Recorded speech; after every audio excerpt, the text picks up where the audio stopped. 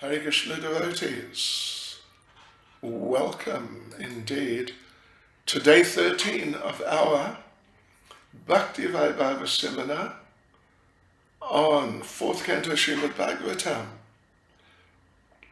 Right, and where are we? We're in chapter 7, the sacrifice performed by Daksha, and we just read Daksha's prayers to Lord Shiva, just a couple of verses actually, but they're really kind of very impressive in a way. First of all, though, our prayers.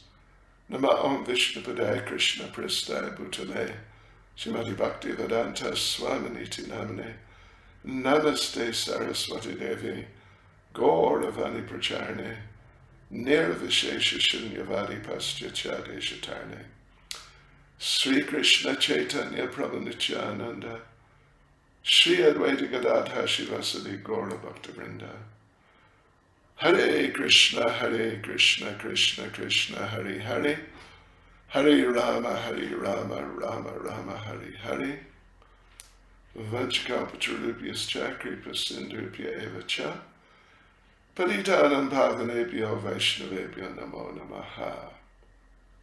Jai Srila Prabhupada Ki Jai. So, okay, here we go. Verse 16, verse 17.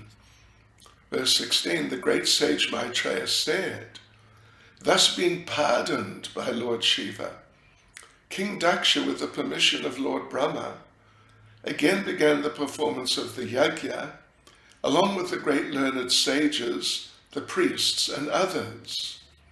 There's no purport there. Verse 17.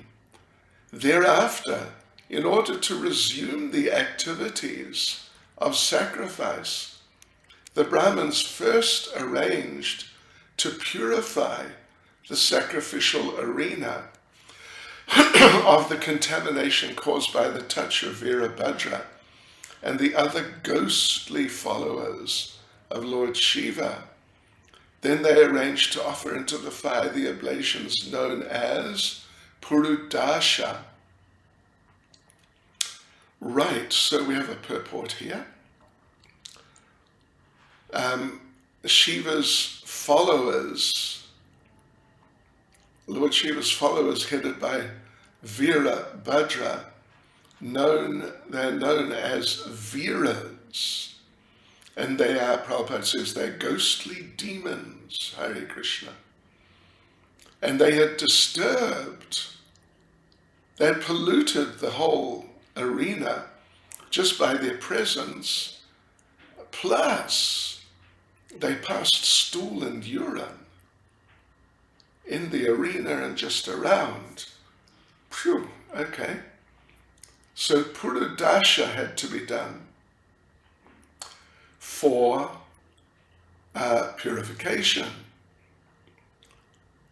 So Prabhupada makes the point, and of course it's a very important point, that a Vishnu yajna, an offering to Lord Vishnu, cannot be done uncleanly. Has to be done with really a good standard of cleanliness. Otherwise, if you offer something in an unclean state, food, etc., then if it's done in an unclean state, it's a seva aparad. Aparad, it's an offense. Seva aparad in the course of service to the deity. Because worship of any Vishnu deity, Krishna deity in the temple is also Vishnu yajna. So the priests doing the archana have to be clean. Food has to be clean, prepared in a really nice way. This is all described, of course, in Nectar of Devotion. There are 32 kinds of offenses in archana. Actually, there's more too, but there's at least 32. Generally, the holy name has to be first chanted. That's the first thing, to purify the situation. And then, well, Prabhupada says, if you're pure or impure otherwise, internally or externally, but if you chant or remember the holy name of the Supreme Lord, Lord Vishnu, Lord Krishna, you immediately become purified.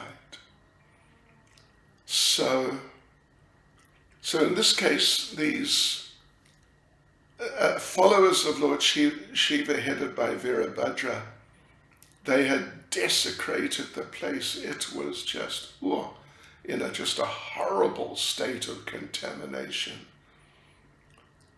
And even though Lord Shiva was there personally present now, still purification had to be done. Yeah. So anyway, so they did that. And Prabhupada makes the point at some length here, like the second half of the purport, more or less, that Shivites are generally unclean. Yeah. Lord Shiva, of course, is Lord Shiva, but his followers, they try to imitate him. With long hair, they don't bathe much, they smoke ganja and things like that. Even there are ghosts and other kind of hellish beings amongst them. So the followers of Lord Shiva are often to generally unclean. Prabhupada concludes the purport of verse 17 by saying, since they were present in the sacrificial arena, the atmosphere became polluted, and it had to be sanctified by Trikapala ablations. Trikapala ablations, which indicates the invocation of Vishnu's favor. Okay? Right. So there we go. Now our next section is from verse 18 to verse 25, and we call it Lord Narayan appears at the yajna. Wow, that's great, isn't it? And it has purports. So I'm going to have to read. I'll read the verses, verse 18 to verse 25, and then we'll come back and go through verses and purports together. So verse 18, the great sage Maitreya said to Vidura, my dear Vidura, as soon as King Daksha offered the clarified butter with Yajurveda mantras in sanctified meditation, Lord Vishnu appeared there in his original form as Narayan. How's that? And that's Daksha offering ghee with Yajurveda mantras in meditation, and Lord Vishnu appears. Verse 19, Lord Narayan was seated on the shoulder of Stotra, or Garuda, who had big wings. As soon as the Lord appeared, all directions were illuminated, diminishing the luster of Brahma and others there. Verse 20, describing Lord Narayan, this and the following verse are describing his beautiful appearance. His complexion was blackish, his garment yellow like gold, and his helmet as dazzling as the sun. His hair was bluish, the color of black bees, and his face was decorated with earrings. His 8 hands held a conch shell, wheel, club, lotus flower, arrow, bow, shield, and sword, and they were decorated with golden ornaments, such as bangles and bracelets. His whole body resembled a blossoming tree, beautifully decorated with various kinds of flowers. Verse 21, Lord Vishnu looked extraordinarily beautiful because the goddess of fortune and a garland were situated on his chest. His face was beautifully decorated with a smiling attitude which can captivate the entire world, especially the devotees. Fans of white hair appeared on both sides of the Lord like white swans, and the white canopy overhead looked like the moon. 22. As soon as Lord Vishnu was visible, all the demigods, Lord Brahma and Lord Shiva, the Gandharvas, and all present there, immediately offered their respectful obeisances by falling down straight before him. Verse 23. In the presence of the glaring effulgence of the bodily luster of Narayan, everyone else's luster faded away, and everyone stopped speaking. Fearful with awe and veneration, all present touched their hands to their heads and prepared to offer their prayers to the Supreme Personality of Godhead ad hoc saja. So on to verse 24. Although the mental scope of even demigods like Brahma was unable to comprehend the unlimited glories of the Supreme Lord, they were all able to perceive the transcendental form of the Supreme Personality of Godhead by his grace. Only by such grace could they offer their respectful prayers according to their different capacities. And verse 25, when Lord Vishnu accepted the oblations offered in the sacrifice, Daksha the Prajapati began with great pleasure to offer respectful prayers unto him. The Supreme Personality of Godhead is actually the master of all sacrifices and preceptor of all the Prajapatis, and he is served even by such personalities as Nanda and Sunanda. So there you go, devotees. That's section number 4, from verse 18 to verse 25.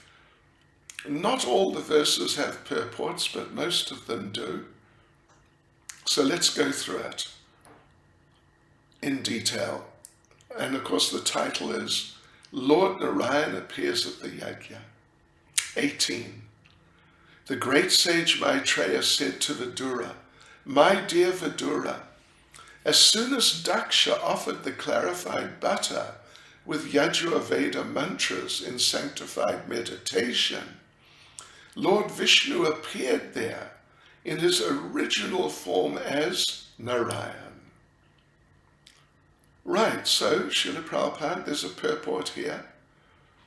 Prabhupada explains that Vishnu is all-pervading and that any devotee who's like really meditating, following regulative principles and chanting the proper mantras in a devotional mood can see Lord Vishnu.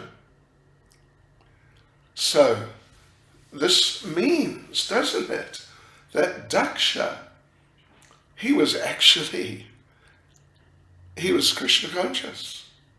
He was in a very advanced state of consciousness, doing everything really nicely from the heart in a devotional mood, and then the Lord appeared. So Prabhupada refers to Brahma Samhita, the famous verse, Premanjana Charita Bhakti Velochanena Santasadaiva Hridayeshu Velokayanti, that the devotees whose eyes have been treated with the ointment of love can see the Supreme Personality of Godhead, Lord Krishna, Shyam Sundar, within their hearts, always even. So this is what happened here. And this means the Supreme Personality of Godhead is just so kind to his devotee. And that means to us, devotees. Really, that means to us. Verse 19. Lord Narayan was seated on the shoulder of Stotra, or Garuda, who had big wings. Stotra, generally Stotra means prayer. And it's another name of Garuda. Yeah. So as soon as the Lord appeared, all directions were illuminated, diminishing the luster of Brahma and the others present. So there is a purport, devotees. It is the shortest purport I've seen so far. It is, what is it? It's 11 words. A description of Narayan is given in the following 2 shlokas. Okay. Right, okay, so verse 20. This 20 and 21 there, like giving beautiful descriptions of Lord Narayan. His complexion was blackish, his garment yellow like gold, and his helmet as dazzling as the sun. His hair was bluish, the color of black bees, and his face was decorated with earrings. His 8 hands held a conch shell, wheel, club, lotus flower, arrow, bow, shield, and sword. And they were decorated with golden ornaments, such as bangles and bracelets. His whole body resembled a blossoming tree, beautifully decorated with various kinds of flowers. So, right, we have a purport here. His face is like a lotus flower with bees humming over it. All his ornaments resemble molten gold. Molten gold. I don't know if you've seen molten gold. Wow, it's amazing. An incredible effulgence, brilliant effulgence. Like the morning sunrise, Prabhupada says. Resembling molten gold of the reddish gold color of the morning sunrise. So the Lord appears like the morning sun rises to protect the whole creation. So he came in an 8-handed form, not, you could say, the usual 4-handed form. And his 8 hands were compared to the 8 petals of a lotus flower, with weapons for protecting his devotees. So then, second paragraph. Oh, and Prabhupada also notes the point that generally in the 4 hands of Vishnu, there are a wheel, club, conch shell, and lotus flower. These 4 symbols are seen in the 4 hands of Vishnu in different arrangements. The club and the disc, the Sudarshan chakra, they're to punish the demons, and the lotus flower and conch shell are to bless the devotees. And as Krishna says in Bhagavad Gita chapter 4 verse 8, Paritranaya sadhu nam, he's always ready to protect the devotees, and vinashaya cha duskritam, annihilate the demons. So, of course, in the material world, there are demons and devotees, but in the spiritual world, there's no demons. There's just devotees. In other words, Lord Vishnu is the proprietor of both the material and spiritual worlds. And actually in the material world, almost everyone has a demoniac nature. But there are some devotees, not so many, but there definitely are some. The devotees appear to be in the material world, but actually they're always in the spiritual world. So Srila Prabhupada concludes the purport of verse 20 by saying, a devotee's position is always transcendental, and he's always protected by Lord Vishnu. Right, so on we go to verse 21. Lord Vishnu, which is the second of these two verses describing his beautiful appearance. Lord Vishnu looked extraordinarily beautiful because the goddess of fortune and a garland were situated on his chest. His face was beautifully decorated with a smiling attitude, which can captivate the entire world, especially the devotees. Fans of white hair appeared on both sides of the Lord like white swans, and the white canopy overhead looked like the moon. So, yes, there's another purport, short purport. The smiling face of Lord Vishnu is pleasing to the whole world. Not just devotees, even non-devotees are attracted by such a smile. So Prabhupada says, this verse nicely describes how the sun, moon, 8-petaled lotus flower, and humming black bees were represented by the fans of hair, the overhead canopy, the moving earrings on both sides of his face, and his blackish hair. So altogether,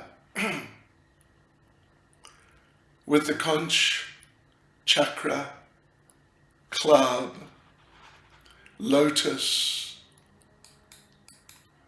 bow and arrow, bow, arrows, etc., shield and sword in his hands, they presented a grand and beautiful audience for Lord Vishnu, which captivated all the demigods there, including Daksha and Brahma.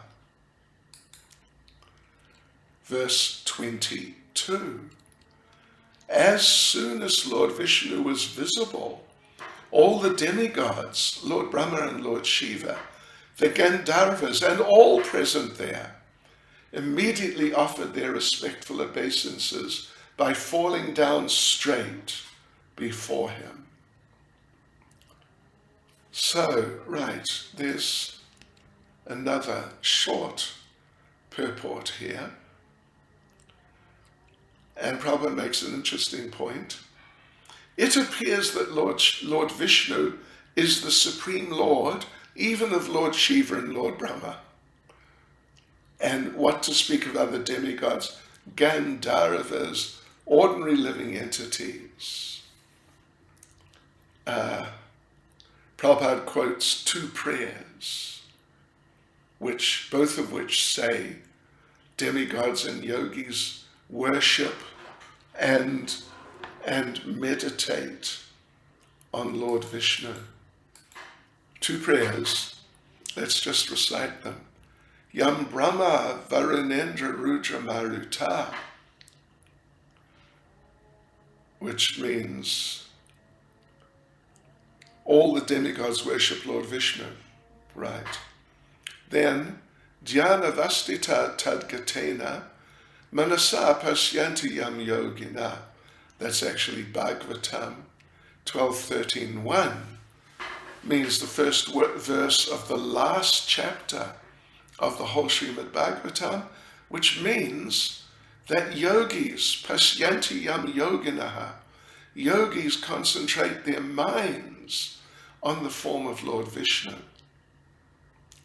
So, thus, Lord Vishnu is worshipable for all the demigods, Gandharvas, Shiva, Brahma, and just everybody, and us too. He's the Supreme Personality of Godhead. So, interesting point at the end of the purport.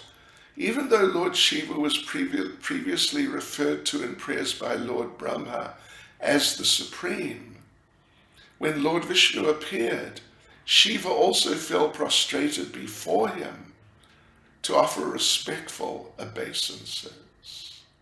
Verse 23, in the presence of the glaring effulgence of the bodily luster of Narayan, everyone else's luster faded away, and everyone stopped speaking, fearful with awe and veneration. All present touched their hands to their heads and prepared to offer their prayers to the Supreme Personality of Godhead, Adhokshaja. Adhokshaja basically means the Lord who's beyond the power of the material senses. So there's no purport here. On to verse 24. Although the mental scope of even demigods like Brahma was unable to comprehend the unlimited glories of the Supreme Lord, they were all able to perceive the transcendental form of the Supreme Personality of Godhead by his grace. Only by such grace could they offer their respectful prayers according to their different capacities. So the first point Prabhupada makes is that the Lord is always unlimited, and therefore no one, even Lord Brahma, can completely express, enumerate, list out all his glories. Not possible. And as we know, Ananta Shesh, has unlimited mouths, and with each one he's glorifying the Lord eternally. And he has been since before, unlimitedly before, and he's going to continue, but he never finishes. Not only does he never finish, but he never repeats one glory of the Lord twice. It's ever fresh. So therefore us, who are we? We can't understand or glorify him completely, but we can do so to our capacity, whatever that is. And whatever that is, that capacity is increased by the service attitude. Yeah. The service spirit, Sevan Mukha hi Jivado. It means that the service of the Lord begins with the tongue. Right. So this refers to chanting and tasting prasadam. So by chanting, tasting prasadam, chanting Hare Krishna, our service to the Lord begins. So we have to begin service to the Lord with the tongue, and then become perfect by chanting and taking prasad. Taking prasad will control all our senses. The tongue is the most difficult sense to control because it always wants nice eatables. And it always wants to just talk and talk and talk and talk. So if we're not careful, we get dragged down by eating all sorts of wrong things. So therefore the tongue has to be engaged in chanting and eating the Lord's prasadam. Chanting is the medicine, Prabhupada says, and the diet is prasadam. Then we can begin our service to the Lord. And as our service to the Lord increases in quantity and quality, then the Lord will reveal himself step by step more and more. So, there we go. Prabhupada concludes the purport by saying, but there is no limit to his glories, and there is no limit to engaging oneself in the service of the Lord. Okay, and now, last verse in this section is verse 25, which has no purport. So, when Lord Vishnu accepted the oblations offered in the sacrifice, Daksha, the Prajapati, began with great pleasure to offer respectful prayers unto him. The Supreme Personality of Godhead is actually the master of all sacrifices and preceptor of all the Prajapatis, and he is served even by such personalities as Nanda and Sunanda. Right. So that's the end of that section. Let's go on to the next section. It's section number 6, from verse 26 to verse 48. So it's a bit of a mega section. It's a very big one. 23 verses. And it's titled, Everyone Offers Prayers to Lord Narayan. So we'll read it. We'll have to read it, of course, because, there's all these verses and there'll be many purports. And then we'll go through it in detail and we'll see if we can get through the whole thing today. So, okay, verses. Verse 26. Daksha addressed the Supreme Personality of Godhead. My dear Lord, you are transcendental to all speculative possessions. You are completely spiritual, devoid of all fear, and you are always in control of the material energy. Even though you appear in the material energy, you are situated transcendentally. You are always free from material contamination because you are completely self-sufficient. Verse 27, the priests addressed the Lord. So this is everyone, different people, offering prayers. 26 we just read, that was Daksha.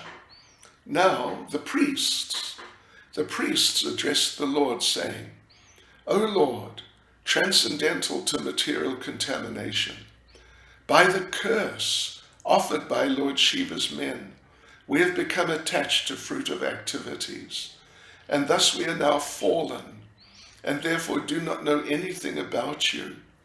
On the contrary, we are now involved in the injunctions of the 3 departments of Vedic knowledge under the plea of executing rituals in the name of yajna. We know that you have made arrangements for distributing the respective shares of the demigods. 28. The members of the assembly addressed the Lord. O exclusive shelter for all who are situated in troubled life.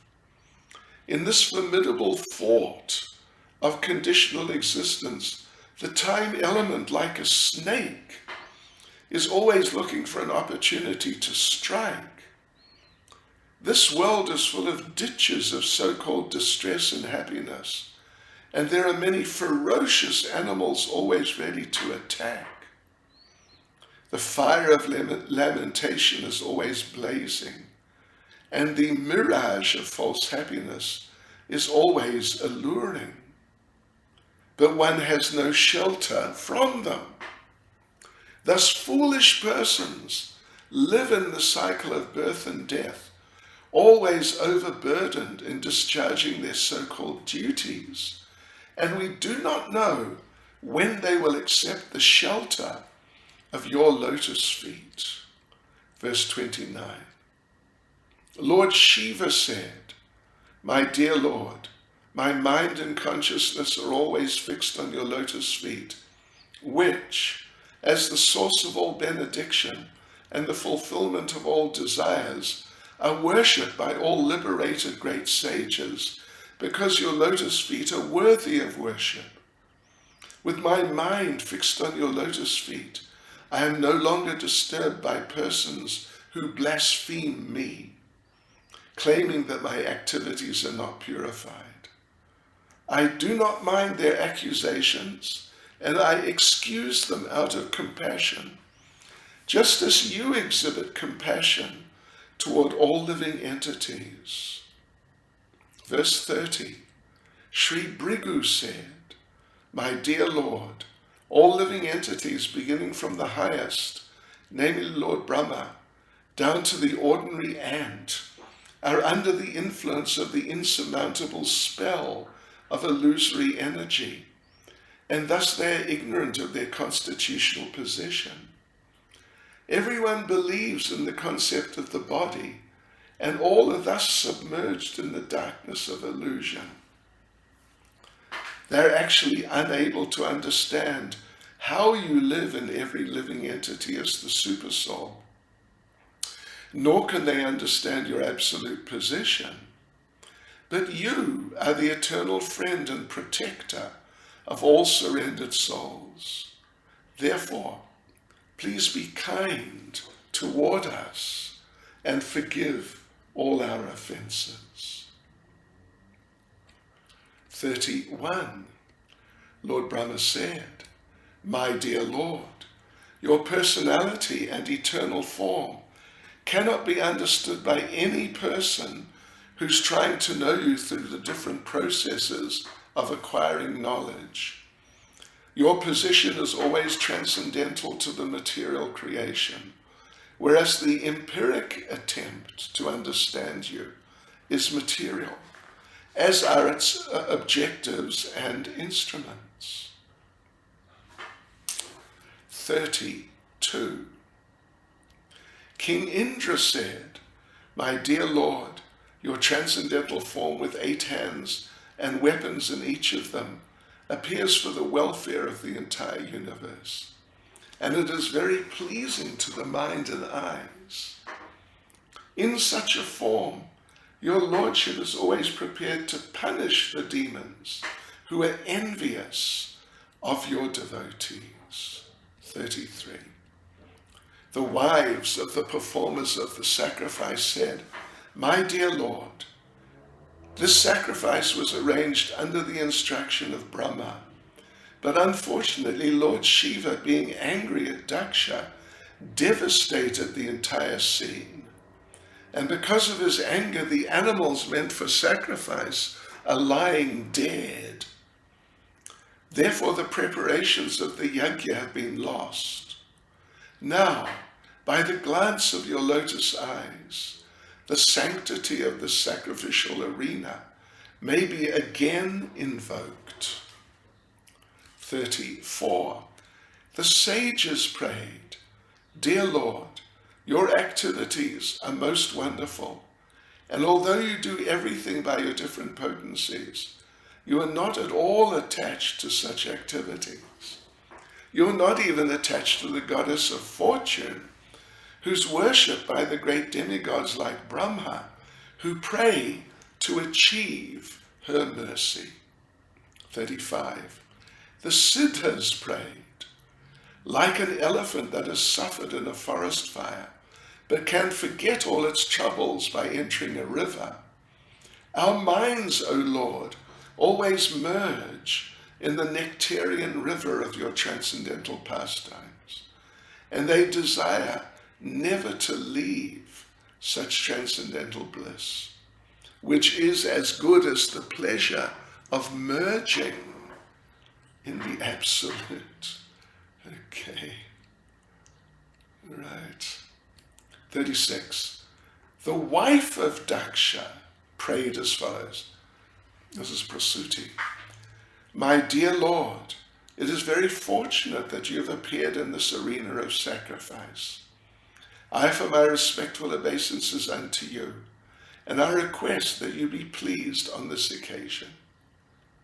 The sacrificial arena is not beautiful without you, just as a body is not beautiful without the head. 37. The governors of various planets spoke as follows. Dear Lord, we believe only in our direct perception, but under the circumstances, we do not know whether we've actually seen you with our material senses. By our material senses, we can simply perceive the cosmic manifestation, but you are beyond the 5 elements. You are the 6th. We see you, therefore, as a creation of the material world. 38. The great mystic said, Dear Lord, persons who see you as non-different from themselves, knowing that you are the supersoul of all living entities, are certainly very, very dear to you. You are very favorable toward those who engage in devotional service, accepting you as the Lord and themselves as the servants. By your mercy, you're always inclined in their favor. 39. We offer our respectful obeisances unto the Supreme, who has created varieties of manifestations and put them under the spell of the 3 qualities of the material world in order to create, maintain, and annihilate them. He himself is not under the control of the external energy. In his personal feature, he's completely devoid of the variegated manifestation of material qualities, and he's under no illusion of false identification. 40. The personified Vedas said, We offer our respectful obeisances unto you, the Lord, the shelter of the quality of goodness, and therefore the source of all religion, austerity, and penance. For you are transcendental to all material qualities, and no one knows you or your actual situation. 41. The fire god said, My dear Lord, I offer my respectful obeisances unto you, because by your favor I am as luminous as blazing fire, and I accept the offerings mixed with butter and offered in sacrifice. The 5 kinds of offerings according to the Yajurveda are all your different energies, and you are worshipped by 5 kinds of Vedic hymns. Sacrifice means your supreme personality of Godhead. I mean, this is deep. This is very deep. 42. The demigod said, Dear Lord, formerly, when there was a devastation, you conserved all the different energies of material manifestation. At that time, all the inhabitants of the higher planets, represented by such liberated souls as Sanaka, were meditating on you by philosophical speculation. You are, however, the original person, and you rest in the water of devastation on the bed of the Shesha snake. Now today, you are visible to us, who are all your servants. Please give us protection. 43. The Gandharvas said, Dear Lord, all the demigods, including Lord Shiva, Lord Brahma, Indra, and Marichi, and the great sages, are all only differentiated parts and parcels of your body. You are the Supreme Almighty Great. The whole creation is just like a plaything for you. We always accept you as the Supreme Personality of Godhead, and we offer our respectful obeisances unto you. 44.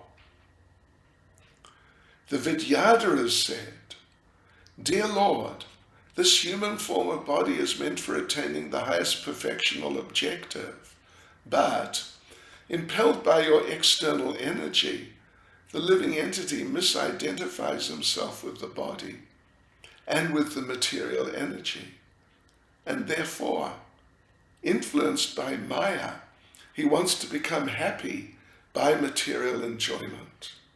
He is misled and always attracted by temporary, illusory happiness.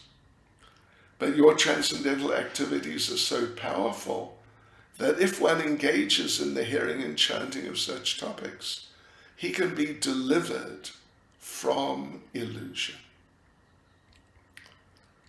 Okay, that was verse 44, now verse 45. The Brahmin said, "Dear Lord, you are sacrifice personified. You are the offering of clarified butter. You are the fire. You are the chanting of Vedic hymns by which the sacrifice is conducted. You are the fuel. You are the flame. You are the kusha grass. And you are the sacrificial pots. You are the priests who perform the yajna. You are the demigods headed by Indra, and you are the sacrificial animal. Everything that is sacrificed is you or your energy." 46. Dear Lord, O personified Vedic knowledge, in the past millennium, long, long ago, when you appeared as the great boar incarnation, you picked up the world from the water as an elephant picks up a lotus flower from a lake. When you vibrated transcendental sound in that gigantic form of a boar, the sound was accepted as a sacrificial hymn, and great sages like Sanaka meditated upon it and offered prayers for your glorification. 47. Dear Lord, we were awaiting your audience because we've been unable to perform the yajnas according to Vedic rituals. We pray unto you, therefore, to be pleased with us. Simply by chanting your holy name, one can surpass all obstacles. We offer our respectful obeisances unto you in your presence. 48. Sri Maitreya said, after Lord Vishnu was glorified by all present, Daksha, his consciousness purified, arranged to begin again the yajna, which had been devastated by the followers of Lord Shiva. Oh, that was quite a section, wasn't it? But really beautiful also. So, okay, here we go, devotees. It's section 6, verse 26 to 48. Everyone offers prayers to Lord Narayan. 26. Daksha addressed the Supreme Personality of Godhead. My Lord, you are transcendental to all speculative positions. You're completely spiritual, devoid of all fear, and you're always in control of the material energy. Even though you appear in the material energy, you are situated transcendentally. You're always free from material contamination because you are completely self-sufficient. Verse 27. The priests addressed the Lord, saying, O Lord, transcendental to material contamination, by the curse offered by Lord Shiva's men, we have become attached to fruitive activities, and thus we are now fallen, and therefore do not know anything about you. On the contrary, we are now involved in the injunctions of the 3 departments of the Vedic knowledge, under the plea of executing rituals in the name of yajna. We know that you have made arrangements for distributing the respective shares of the demigods. So the Vedas are known as Trigunya Vishaya Veda. This, of course, is from Bhagavad Gita chapter 2, verse 45.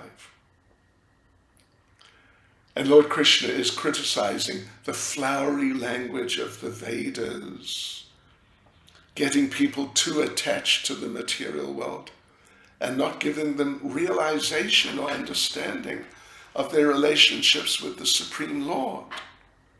So they just get caught up. So anyway, serious followers of the Vedas, they really get into the ritualistic ceremonies.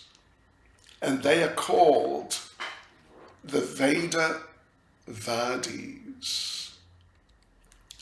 There's a particular category of followers of the Vedas called the Veda-vadis.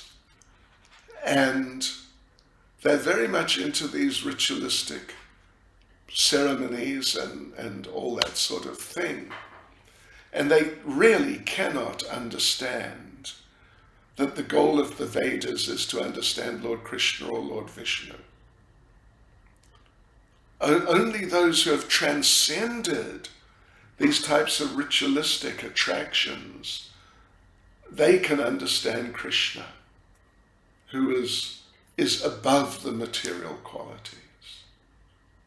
So Lord Vishnu is addressed here as Ananjana, free from material contamination. And then at the end here of the short purport, Prabhupada quotes Bhagavad Gita 242, which refers to the Veda-vadis and describes the Veda-vadis. Yam imam pushpitam vacham pravadant yavapaschita Veda-vada rata parta nanyad astiti vadina, which means men of small knowledge are very much attached to the flowery words of the Vedas. And they say that there's nothing more than this. So verse 28, the members of the assembly address the Lord. O exclusive shelter for all who are situated in troubled life. In this formidable fort of conditional existence, the time element, like a snake, is always looking for an opportunity to strike. This world is full of ditches of so-called distress and happiness, and there are many ferocious animals always ready to attack. The fire of lamentation is always blazing, and the mirage of false happiness is always alluring. Phew. It's heavy, isn't it, the material world? But one has no shelter from them. They're all there. They look nice or interesting or whatever like that, but they give no shelter. Not one of them can give shelter. Thus foolish persons live in the cycle of birth and death, always overburdened in discharging their so-called duties, and we do not know when they will accept the shelter of your lotus feet.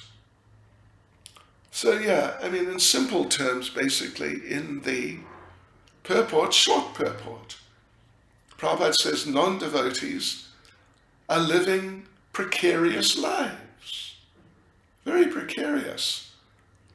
Everything can collapse at any point.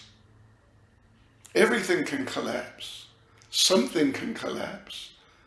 And, conflicts can just arise. So it's all precarious. You never know whether you'll stand or fall or anything, if you're going to win or lose. This is all due to forgetfulness of Krishna, Prabhupada says. But this Krishna consciousness movement is to give relief to these confused people. So therefore it's the greatest relief work for all humanity, and the devotees are the greatest well-wishers, because they follow in the footsteps of Lord Chaitanya.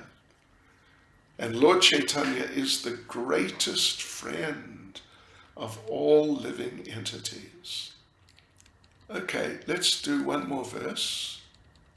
29.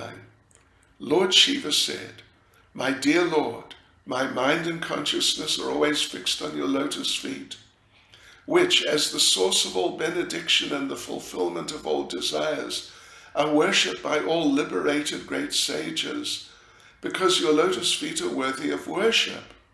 With my mind fixed on your lotus feet, I am no longer disturbed by persons who blaspheme me, claiming that my activities are not purified.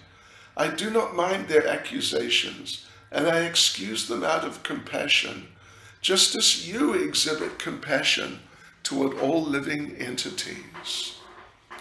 So here, this is Lord Shiva now, Lord Shiva himself, and he's expressing regret for disturbing Daksha's yajna.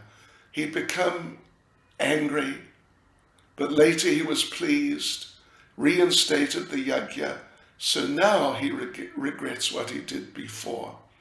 And now he says his mind's fixed on the Lord, no longer disturbed by critics, blasphemers against him. So from what Shiva says, we understand, as long as we're on the material platform, we're affected by the modes. But as soon as one is Krishna conscious, one is not affected by the modes. So we should be fixed in Krishna consciousness, busily engaged in devotional service. Then we won't be affected by the modes. And Bhagavad Gita confirms this. Bhagavad Gita says anyone fixed in devotional service has already surpassed all material qualities, situated in Brahman. Bhagavatam recommends we should always be Krishna conscious, so everyone has to strictly follow this program. From Lord Shiva's statement, we can see he's always in Krishna consciousness, and he remains free from material affliction. So Prabhupada concludes the purport by saying, the only remedy, therefore, is to continue Krishna consciousness rigidly in order to get out of the contamination of the material modes. Hare Krishna, Srila Prabhupada ki jai.